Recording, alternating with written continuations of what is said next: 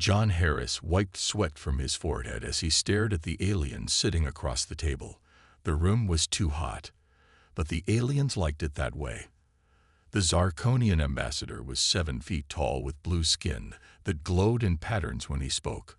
4 eyes blinked at different times as he watched John. "Your answer is taking too long, human," the ambassador said. His voice came through the translator as rough and deep. John looked back at his team. Lisa Moore stood with her back straight, her military uniform perfect even after 6 hours in this room.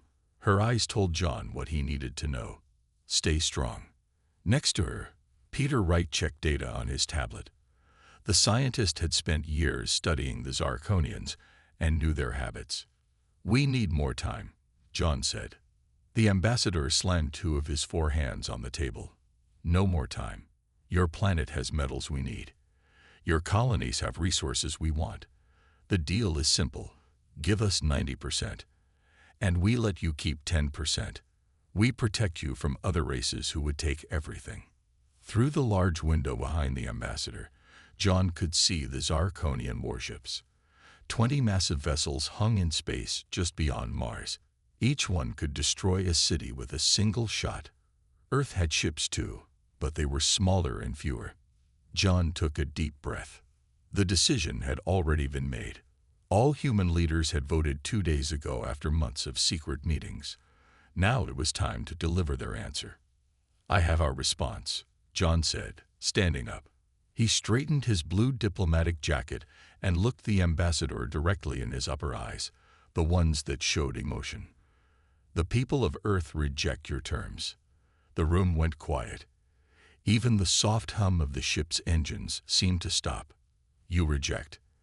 the ambassador asked, his skin flashing red patterns of anger. "Perhaps you do not understand your situation. Those are not warships for show. We can take what we want." John nodded. "We understand perfectly. That's why we will be withdrawing from this galactic sector entirely." Now the alien delegation broke into gurgling sounds that the translation system identified as laughter. The Zarkonians found this funny. Humans made up less than 1/100% of the galactic population.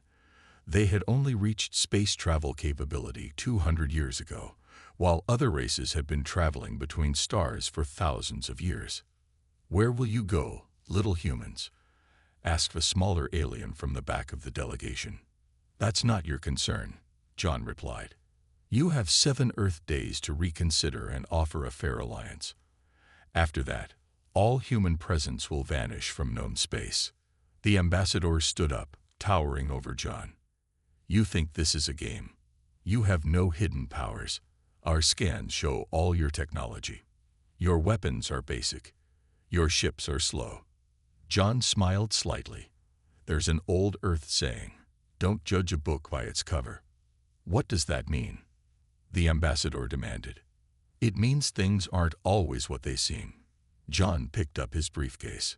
7 days. Then we're gone. And I strongly suggest you don't try to stop us or attack during that time. The ambassador's skin pulsed with dark purple light, the color of threat. "Then we take what we need by force. You cannot hide an entire species."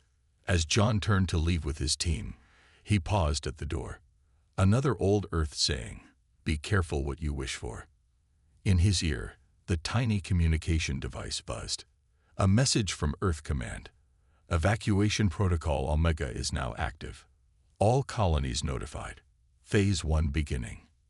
Outside the meeting room, Lisa whispered, "They don't believe us." "They will," John said as they walked toward their ship. "By the time they realize what's happening, it'll be too late." Peter checked his watch. First transports are already moving. The deep installations are powering up. John nodded. Then it started.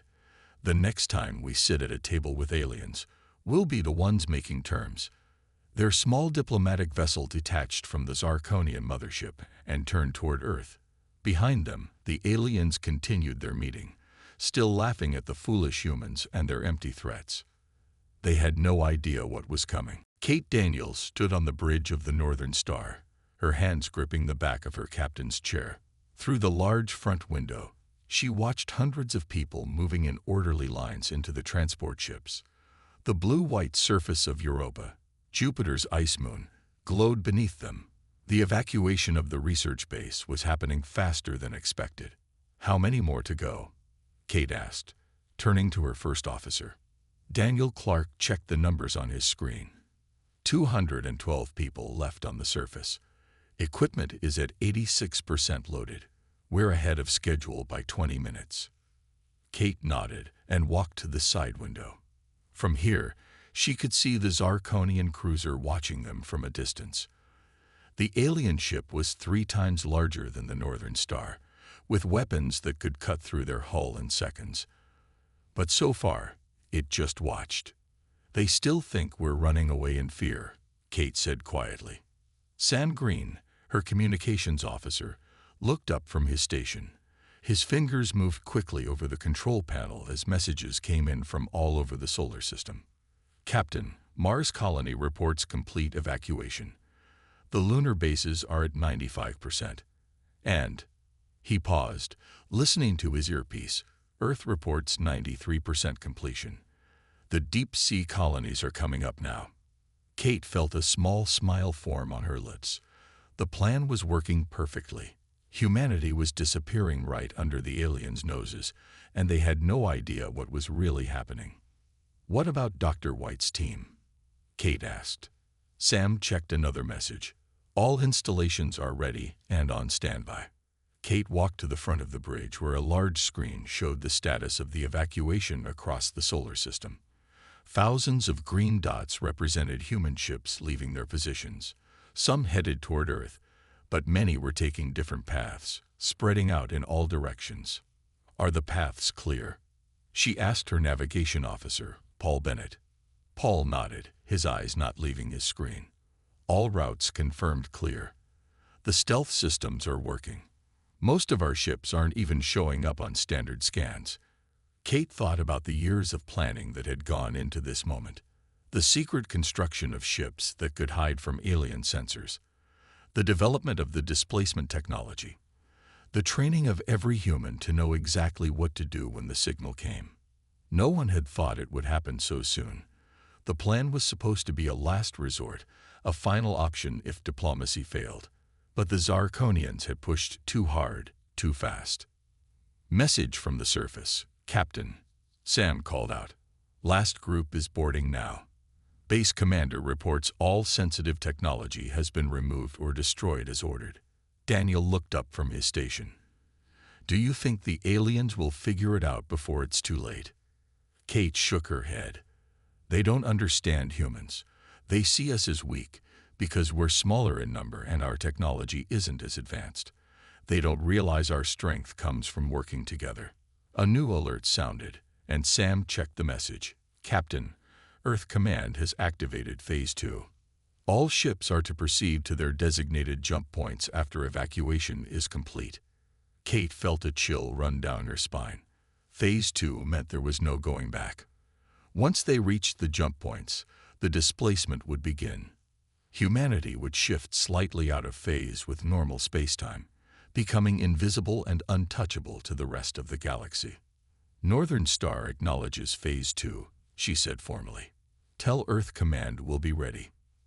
The last transport from the surface docked with a soft thud. The base was now empty. Kate returned to her chair and sat down, her back straight and her face calm. "All personnel aboard," Captain Daniel reported. "Seal all hatches," Kate ordered. "Prepare for departure." As the Northern Star pulled away from Europa, lights across the base began to shut down. Soon the entire facility was dark. Similar scenes were playing out across every human settlement in the solar system. The Zarkonian cruiser made no move to follow them. They still didn't understand what was happening. But they would. Soon, Admiral Vokhthar stood on the command deck of his flagship, the Eternal Glory. His large frame towered over the other Zarkonians who worked at their stations. His blue skin rippled with patterns of yellow light as he watched the main screen with all 4 of his eyes. "Show me the human ships again," he ordered. The screen changed to show hundreds of small dots moving away from Earth, Mars, and the moons of Jupiter and Saturn. The dots spread out in every direction like seeds blown by wind. They run without plan, said his executive officer, Maltor. Look how they scatter in fear. Vokthar wasn't so sure. He had studied humans for years. They were small and physically weak compared to his people, but they were clever and worked well together.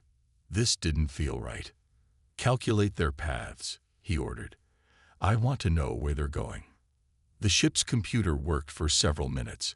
The results appeared on the screen, and Vokthar felt a cold feeling spread through his 3 hearts. The human ships weren't moving randomly at all. They were following carefully planned routes. Each ship had an exact path to follow, and those paths spread out in perfect formation across the galaxy. This is not fear, Vokthar said quietly. This is organized. But we can still stop them, Maltor said. Our ships are faster. We can catch many of them before they reach open space. Vokthar shook his massive head. No. First, we need to understand their plan. He turned to his communications officer. Send scout ships to follow the largest groups. I want to know where they're going. 20 small, fast ships left the fleet and chased after the human vessels. They were ordered to observe only, not to attack. Vokthar needed information more than he needed prisoners right now. Prepare the invasion fleet, he told Maltor. We will take their planet in 3 cycles. If they want to abandon their home, we will claim it. For 2 cycles, Vokthar watched and waited. The human exodus continued. Their planet was becoming emptier by the hour. Strange energy readings came from Earth, but the science officer couldn't explain them. Then, in the middle of the 3rd cycle, something unexpected happened. One by one, all 20 scout ships stopped sending reports. Within 5 minutes, contact with every ship was lost. What happened? Vokthar demanded, his skin flashing red with anger. Unknown, Admiral, the communications officer said. They all went silent at the same time. No distress signals, no signs of attack. Before Vokthar could give new orders, the science officer called out, Admiral, I'm detecting a strange change on Earth. The main screen switched to show the blue planet. Everything looked normal at first, but the readings told a different story. Earth's electromagnetic signature was growing weaker. What does this mean? Vokthar asked. I've never seen anything like it, the science officer admitted. It's as if the planet is fading somehow. Vokthar watched in disbelief as the readings continued to drop. The power signals from human cities were disappearing one by one. Not like they were being turned off, but like they were slowly becoming invisible to sensors. Check our scanners, he ordered. Make sure they're working correctly. Scanners are functioning normally, Admiral, the officer replied. This is really happening. Vokthar thought quickly. In all his years of commanding ships, he had never faced a situation like this. What could make an entire planet's energy signature fade? What happened to his scout ships? Send a message to High Command, he ordered. Tell them we have an unexpected situation. Just then, the communication officer spoke up. Admiral, we're receiving a final transmission from Earth. It's being broadcast on all frequencies. Show me, Vokthar said. A human face appeared on screen. It was the same man who had delivered the ultimatum days ago, John Harris. This is the United Earth Coalition, the human said calmly. As we informed you, humanity has now left this sector of space. Any attempt to follow us will fail. Any attempt to claim our worlds will be problematic. You were warned. The transmission ended. Moments later, the last energy readings from Earth disappeared completely. Vokthar stared at the blue planet that now appeared completely dead to their sensors. Where did they go? Maltor whispered. For the first time in his long career, Admiral Vokthar had no answer. The Grand Hall of the Galactic Council was filled with nervous chatter. Representatives from 17 different alien species sat in curved rows facing a central platform.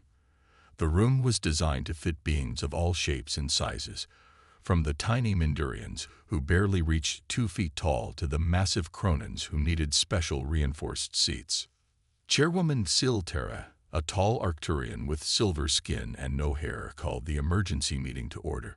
She tapped a crystal rod on her podium, and the room fell silent. "We face a situation without precedent," she said, her voice calm but serious. "It appears that the human species has disappeared." Holographic images appeared in the center of the room. They showed empty human cities, streets with no people, houses with doors left open, cars abandoned in the middle of roads, factories silent and still. Then more images. The Mars colonies empty, the moon bases deserted, the space stations drifting without crews. These images were taken by investigation teams, Silterra explained. There are no bodies, no signs of fighting or disaster. They just left. The Zarkonian delegation entered the hall late. Their leader, a smaller blue-skinned alien than the usual representatives, took his seat without looking at the other species. The Zarkonians had lost face in this crisis, and everyone knew it. From a side door, a single human walked in. Ryan Miller was tall for a human, with dark skin and short black hair. He wore the simple gray uniform of the Earth Diplomatic Corps. As the last known human in normal space, all eyes followed him as he walked to the speaker's platform. "Representative Miller," Silterra said, "we appreciate your presence. Can you explain what has happened to your species?" Ryan nodded. His face showed no emotion as he spoke. "As we informed the Zarkonian Empire 7 days ago, humanity has withdrawn from this sector of space." "Impossible," shouted the Zarkonian ambassador, standing up. His skin flashed angry red patterns. "Where have 10 billion humans gone? Our sensors detected no mass movement of ships that could carry so many." Ryan smiled slightly. "That information is classified." The hall erupted in angry voices. Silterra had to tap her crystal rod several times to restore order. "This council demands answers," she said firmly. "The sudden disappearance of an entire species affects the stability of the galaxy." Ryan looked around the room. Perhaps now would be a good time to discuss fair treatment of all spacefaring races, regardless of their size or power. A small green alien with 6 arms spoke next. This was the Praxian trade minister, known for his sharp mind. "We demand to know what technology you have used. No species has the ability to hide from all known sensors. What weapons have you developed?" "None," Ryan said simply. "We just left." "Left where?" demanded the Krogan representative, his voice booming through the hall. "There is nowhere in the galaxy you could hide so many people." Ryan didn't answer. Instead, he pulled out a small device and checked it. "I'm here only as a courtesy to inform you that humanity is gone. Not dead. Not hiding. Simply elsewhere." The Zarkonian ambassador approached the platform, his 4 eyes fixed on Ryan. "You think this is a game? Your people have nowhere to go. When we find them—" "You won't," Ryan interrupted. "But let me ask you something. Have you checked on your outposts near Proxima Centauri lately?" The ambassador stopped, confusion showing on his face. "What does that have to do with anything?" "You should call them," Ryan suggested. "Right now." The ambassador stepped away and spoke quietly into a communication device. When he returned, his blue skin had turned pale. "The power relay station," he said. "It's not responding." Ryan nodded. That station was built and maintained by human engineers, as were many other important installations throughout the galaxy. For the first time, fear showed on the faces of many council members. "What have you done?" Silterra asked. "Nothing," Ryan replied. "We just stopped doing the 1,000 little things that helped keep your civilizations running smoothly. We didn't sabotage anything. We just stepped away." He turned to leave, then stopped and looked back at the silent council. "When you're ready to discuss fair terms for all species, I'll be available. Until then, I suggest you start checking your systems. You might be surprised how many of them depended on humans you never noticed before. 3 weeks after the humans disappeared, things started to fall apart. It began slowly, then spread faster and faster across the galaxy. On the planet Nox 4, all the lights went out at once. The Proxima Centauri Power Relay, a massive station that supplied energy to 14 alien colonies, had stopped working. The station had been built by human engineers 50 years ago. The aliens knew how to use it, but not how to fix its core systems when they broke down. "How long until power is restored?" asked Governor Zen of the largest colony.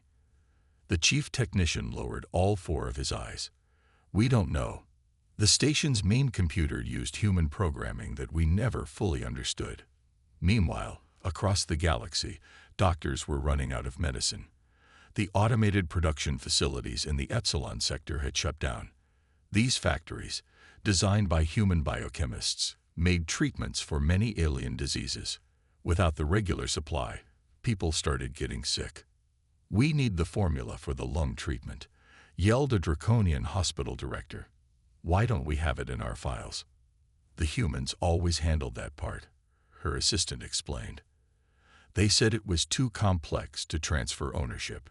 On the trading planet Bex, merchants watched their screens with growing fear. The quantum communication network, which let them talk to buyers and sellers across the galaxy in real time, was breaking down. Message by message, the system was failing as maintenance protocols reached their endpoints. "Can't we just reset it?" asked an angry merchant. The system administrator shook his head. The network was a human innovation. They installed it, they maintained it, and they kept the master control codes to themselves. In 17 different sectors of space, food production dropped by 30% as farming systems, designed by humans, stopped working properly. Crops failed. Livestock got sick. Automatic harvesters sat idle in fields. On the mining planet Ceres 9, Laura Ward sat in her small office. She was one of the few humans who had stayed behind as an observer. Her job was to watch and report back to human leadership. Today, she had visitors. 5 alien administrators stood before her desk. They represented the largest companies and governments in this sector. Their usual confidence was gone. Now they looked worried. "Our economies are collapsing," said the draconian trade minister, a tall reptilian alien with green scales. His voice was quiet, not commanding like before. "We never realized how many of our systems depended on human technology and human workers." Laura nodded. She felt a little sorry for them, but not much. "We did try to explain the concept of interdependence during the trade negotiations last year. The Zarkonians said humans were unimportant," complained the Mindurian food administrator, a small blue alien barely 3 feet tall. "They said we could push you around because you were few and weak." "And you believed them," Laura said. "It wasn't a question." "Production is down 70% in my sector," said another administrator. "Hospitals can't get needed supplies. Communication is slow and unreliable." He leaned forward. "Where did your people go? How did so many leave without being seen?" Laura smiled slightly but said nothing. She had her orders. "What do your people want?" the draconian minister asked finally. His pride was gone now. "Fair treatment," Laura replied simply. "Nothing more." "The Galactic Council is in constant emergency session," said the tallest alien. "Many blame the Zarkonians for pushing humans too far." Laura stood up and walked to the window. Outside, the usually busy spaceport was quiet. Half the ships sat unused because their navigation systems needed human technicians to work properly. "When your leaders are ready for serious talks, I can contact our representatives," she said. "Until then, I suggest you start learning how to run things yourselves." As they left her office, Laura sent a secure message through her special communicator, a device that could reach the hidden pocket of space-time where humanity now lived. The message was simple: Phase 3 working perfectly. They're starting to understand. The reply came back instantly. "Good. Continue observation. Negotiations will open when they admit they need us." Laura smiled. The plan was working even better than expected. Joe Turner sat alone in a small observation post hidden deep in the Kuiper Belt, far beyond Pluto. The room was tiny, with just enough space for a bed, a small kitchen area, and his monitoring station. The walls were covered with screens showing different parts of the solar system. Joe had been a construction worker from Iowa before all this started. When the call for volunteers came, he had signed up right away. Someone needed to stay behind, hidden, to be humanity's eyes and ears. It was a lonely job, but an important one. 100 days had passed since the evacuation. Joe kept himself busy by exercising, reading books from the digital library, and maintaining his equipment. But most importantly, he watched and recorded everything the aliens did. His main screen showed the Zarkonian fleet still orbiting Earth. They had landed on the planet many times, but their confused movements showed they found nothing useful. Earth appeared empty to them, with no working technology and no people. Joe checked his calendar. Day 100, he said to himself. Right on schedule. His console beeped with an incoming transmission. The sound made him jump. It was the first message he had received in over 3 months. The signal came through a special channel that only humans knew about. The message was simple. Phase 4 authorized. Stand by for return protocol. Joe's heart beat faster as he typed his response. Observation post 12 confirms. Standing by. He pressed a series of buttons that had never been used before. Throughout the galaxy, dormant human systems suddenly activated emergency protocols. On every alien computer, communication device, and screen, the same simple message appeared. Negotiations reopened. At the Galactic Council headquarters, now in permanent emergency session, the atmosphere had changed dramatically. Gone was the confidence and arrogance of the powerful species. After 100 days of failing systems, food shortages, and economic problems, many worlds were in trouble. The large meeting hall fell silent as the holographic projector in the center came to life. The image of General Diane Foster appeared before them.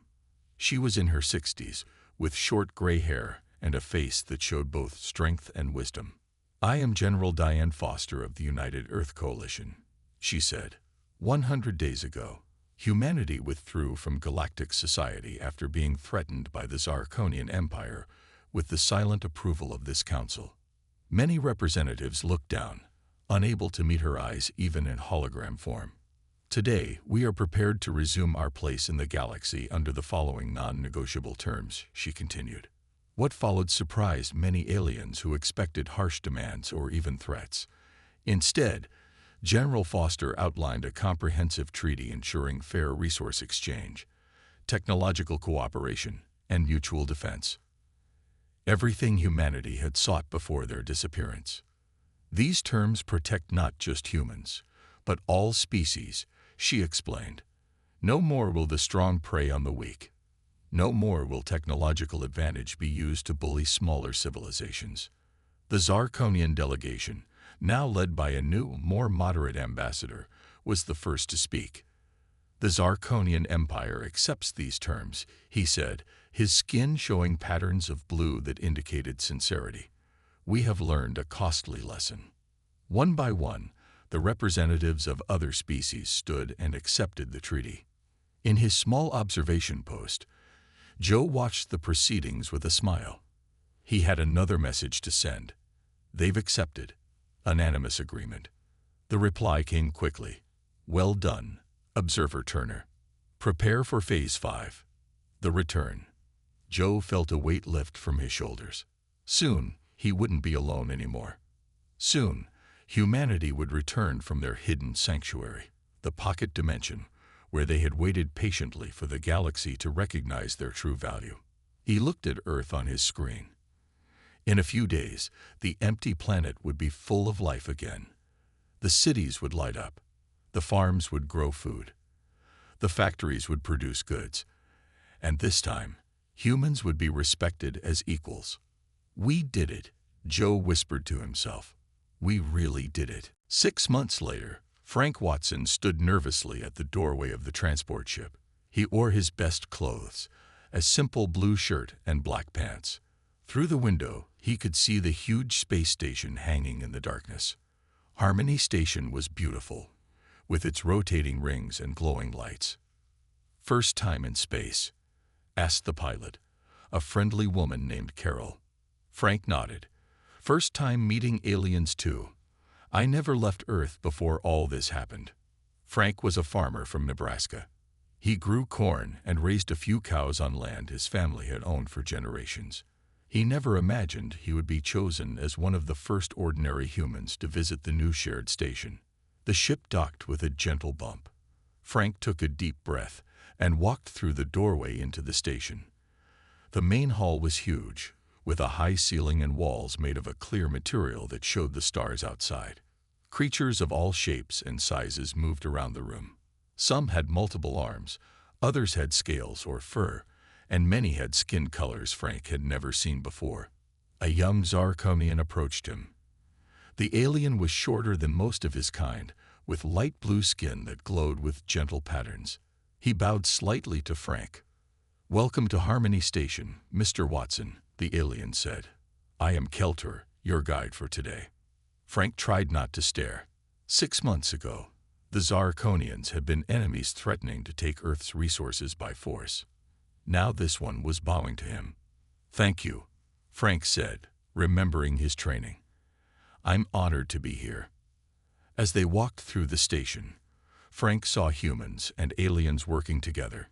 In one room, a human doctor was teaching alien medical students about Earth diseases.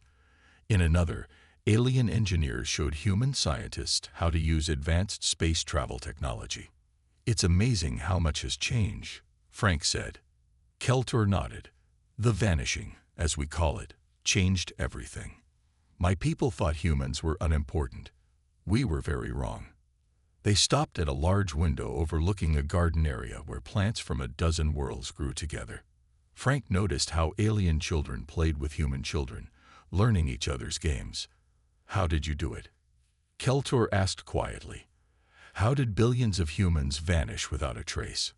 Our best scientists still cannot explain it." Frank smiled. "That's still classified information, but I can tell you this. We've been preparing for centuries. Every human child learns from birth that our greatest strength isn't our technology or our resources. It's our unity of purpose when threatened." Keltor seemed to think about this. "My teachers said humans were always fighting among themselves. We thought you could never work together. That was what we wanted everyone to think." Frank explained. "We have our differences, but when an outside threat comes, we stand together." As they continued their tour, Frank saw the new treaty displayed on a large wall. It guaranteed rights for all species, regardless of their size or power. It protected smaller worlds from being bullied by larger empires. It was everything humanity had wanted. In his pocket, Frank carried a small device. It contained the true story of what happened, how humanity had developed quantum displacement technology that shifted them slightly out of phase with normal spacetime, how they had built a self-sustaining pocket dimension where they lived during their absence, how observers like Joe Turner had stayed behind to monitor the aliens' reactions. But the most important secret was simpler. Humans had never been the divided, weak species they appeared to be. Behind their apparent differences lay a strong agreement. They would stand as equals in the galaxy, or they would not stand there at all. At the end of the tour, Frank met representatives from many alien worlds. Each one greeted him with new respect in their eyes. "The galaxy has learned an important lesson," Keltor said as they returned to the docking bay. "Never judge a species by its apparent power. Sometimes, the quietest voice has the most important things to say." Frank nodded and looked out at the stars. The day humans walked out, panic took over, but not our panic. And in that panic, the galaxy finally understood who we really are.